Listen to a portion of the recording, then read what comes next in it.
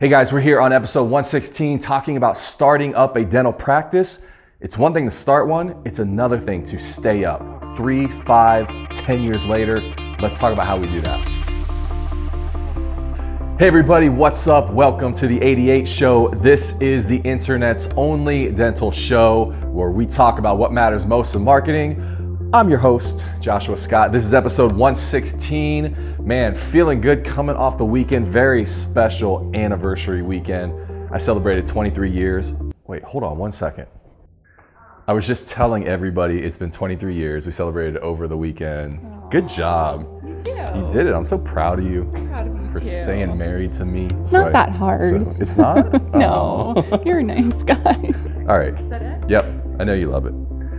Cool. Oh, one more thing. I don't think I've ever introduced you guys to our new videographer, Joel. Come over here. Hey everybody, this is Joel. Joel, say hi to the Hey, what's up guys? It's Joel 88 here. Nation. Yeah. Yep. Cool. So just joined our team about 7 weeks, 8 weeks. Roughly. Yeah, into give it, or yeah. take. You feeling good? Yeah, feeling great, man. So far, so good. Yeah. Loving the job. And he's been an awesome part of our team. You guys have been out doing a bunch of projects. So Oh, yeah. some of you have even already met him, so it's cool. Yeah, it kept us busy for sure. Yeah, awesome. Cool, man. Good to have you. Sweet. Yeah, All right. Thank you.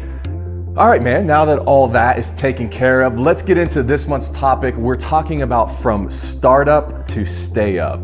And man, I'll tell you, I came up with this concept and we're talking about it because of this startup boom going on in dentistry. In case you haven't noticed it, man, look around. So many startups happening. We're dealing with so many startup clients and I love it. So many people wanting to go out and put their dream into action and just, you know, like, I'm done. I'm going to live my dream. I'm going to do it. I'm going to start a practice. And I love it. There is this whole concept of like, how do you not only start something, but how do you get it to a place where it's successful, where it stays up? Because there's a lot of this image right now, especially through social media, of startup world is glamorous. Startup world is going from 0 to 1 million. Startup world is like, you know, buying the new car and the new house and all this stuff. And guys, what I want to tell you is while all that's great, starting a business is really, really hard. And if you don't have some principles to kind of keep that end in mind, man, it's really easy to get off track. And I've seen a few Facebook posts lately that I love because some of these startup doctors have come out and said, hey, I'm 6 months in. I'm not where I thought I would be, but it's still good. And here's why. And I love that type of honesty. And I think there's some things we need to look at. So I'm going to approach this. I'm going to give you 4 things. It's not like 4 keys to a startup. It's kind of like my 4 observations to starting a new business. Things that I would keep front and center. Because I've done this. I mean, we're 6 years into it now. And I remember some of these moments, right? Of the first time I had a panic attack and felt like anxiety come over me and, you know, couldn't control my breathing. And I'm staying awake in the middle of the night. And my wife's like, I think this is a panic attack. I'm like, really? Because I'd never had one before, but you know, this waking up knowing this invoice hadn't come back paid, and we were going to not make payroll for me and the owners of the company, and so that was a moment. So I think if we get into this, I can share with you 4 principles that I think will really help you go from startup to stay up.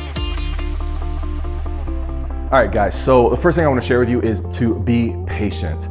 Look, I mean, this is a long-term process, man. This isn't something where you're gonna measure your success on 6 months or a year. This is a business. So like, where are we at 10 years, 20 years, 30 years from now? Where is this at in ensuring that type of success? And so you gotta be patient. You gotta look at things differently. And honestly, I think the best illustration here is talking about pace, like setting the right pace. I've run some half marathons in my life. I've run 1 marathon. And I'll tell you, when I'm training that type of distance, when you've got to get through 26 miles, it is all about the pace. Man, if I go out right now, I could go out and do a 3-mile run, probably 7.5 minute miles, right?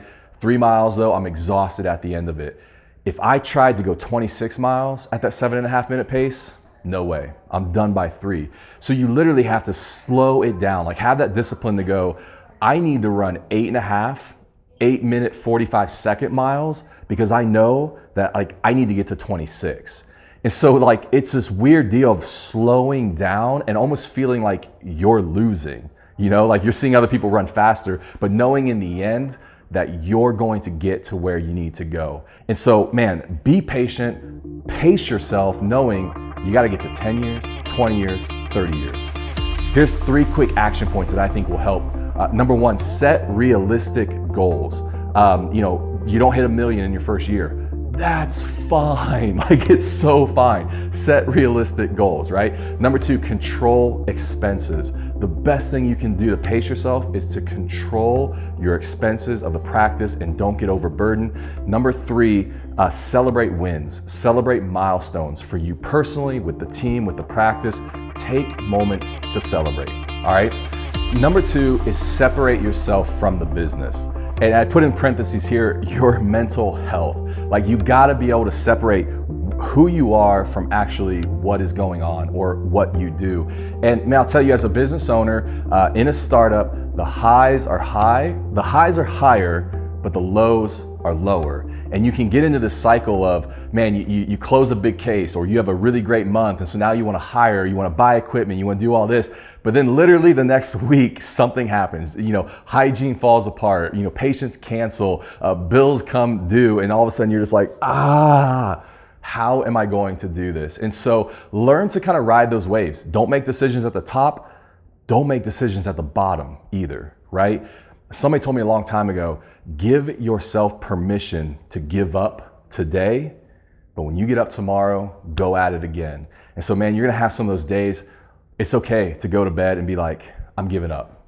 But get up tomorrow, go at it again, refresh, refocus. And so one of the things I think you are going to come to grips with as a business owner in a startup is fixing problems is now your full-time job. like you didn't know, you wanted to be a dentist, you wanted to open a practice, but now you're a fixer. Like that is your full-time job now, is you're gonna fix problems in a business. And so look, if you have to have that clean to-do list, if you have to have, you know, email inbox 0 every day like I do, that can be so challenging because literally that list never stops. You never find closure on it. And so come to grips with that. Get yourself in a good place emotionally. Be able to separate that stuff, compartmentalize it, push it aside, and go, who I am is separate from what I'm doing, and find that place of emotional health in that. All right? Few quick action steps. Number 1, have a hobby. Like, find something to do outside of dentistry, outside of the startup. It's gonna be all consuming, but you need an outlet, okay? So find a hobby. Number 2, do not neglect your friendships. You're gonna get through this and like 5 years down the road go, what happened to all my friends? Don't do that. Reach out, maintain those friendships. And the last one is, you know what? Invest in some self-care for you. What is it gonna take for you to be in a really good place to come in on a Monday, to lead through the week, to give it your full energy? What needs to happen for you? All right, so guys, that's number 2, separate yourself from the business. Number 3, build processes. Build processes into the business. I guarantee you, for every moment that you can slow down and say, this is a process that needs to be replicatable in the business no matter what, every time you do that, you're like 10xing that system. You're slowing down so that you can go faster later. By definition, an entrepreneur is somebody who starts a business that creates processes that create cash flow. And so, look, it's fun to have all the ideas. It's fun to be the idea person, and so many entrepreneurs are visionary, and it's just idea after idea after idea. But man, I'm telling you, ideas can derail a practice. They can derail a business. What's more important than ideas? Processes. I'm just telling you, like, these are the things that help your business create a predictable outcome. Look, trust me, in 3 years, 5 years, if you do your work creating the processes, you can step away and the practice still functions. And that's when you know you have a legit business. So if you want to stay up in 3 to 5 years, build your processes now. All right, guys, 3 tips. Number 1, brainstorm like 10 to 12 different processes that you want to build into the practice. Just list them out on a piece of paper. What are the 10 to 12 most important things you want to systematize, right? Number 2, assign one per month over the next 10 to 12 months. Like, so take on one every month. You don't have to like worry about 10 to 12 of these at once. Focus on one a month. Number 3, get your team involved. have them help create that, brainstorm that, create a predictable process, map it out on a paper, on a page. Listen, 10 to 12 months from now you have an operating manual that you can put in place for your practice. It's that easy. The last one I want to share with you, number 4, is to invest in leadership. Obviously, we all joke that dental school didn't prepare you for the business side of dentistry, right? Even less so for leadership. And it's one thing, a lot of dentists can come out, can do a startup, can lead it successfully from a clinical standpoint, but what's going to strain you moving forward is your leadership ability. That ability to create vision, to compel your team, to keep a team together. Some of you know this, man. And so leadership becomes everything. And finding a way to invest in yourself, okay? And invest in your team, lead your team. One of the things I think it's very, very healthy to realize is you're an owner. And so you think about this business differently. You feel invested in it. A lot of times you have this weight, this burden on your shoulders. You can very easily transmit that to your team and have those same expectations for them. Well, why are they acting like this? Why does nobody care? Why does nobody care about this as much as me? Because you're an owner, right? Like they shouldn't. They're not getting paid that way. They're not in that same position. They don't have that same debt load. They didn't go to school for all that. Like it's a whole different thing. And so you're the owner, your responsibility, your burden is leadership. And you've got to lead your team with a different set of expectations. And so one of my favorite authors and leadership guys, John Maxwell, said, the leader's number one job is to define reality. As a leader, your number one job is to look at your business, look at your team, define reality. How do they need to be led? What do you need to do?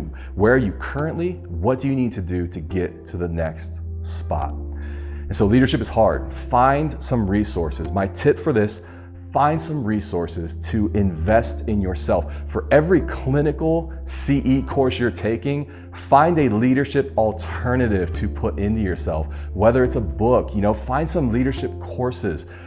You'll be so happy you did that at that 3-year mark, 5-year mark, 10-year mark. Also, my other piece of advice, find moments of appreciation with your team. Tell them they did a good job. Praise them for a job well done. Just reward the behavior, the attitude, the buy-in that you want to see. All right, guys, that wraps up episode 116. So happy you stayed around to watch this. Man, those are my thoughts on going from startup to stay up. It's hard, it's worth it. I personally think a healthy business is like the hope of the world. It's like the most important driving change in our society. If you can build an amazing, healthy business, you are affecting so many lives. You're helping people find their calling, their experiencing personal fulfillment. You're creating healthy families and professional workplaces. And so guys, that's the goal. Go after it. You can do it. Until next time, I'll see you on the next 88 show.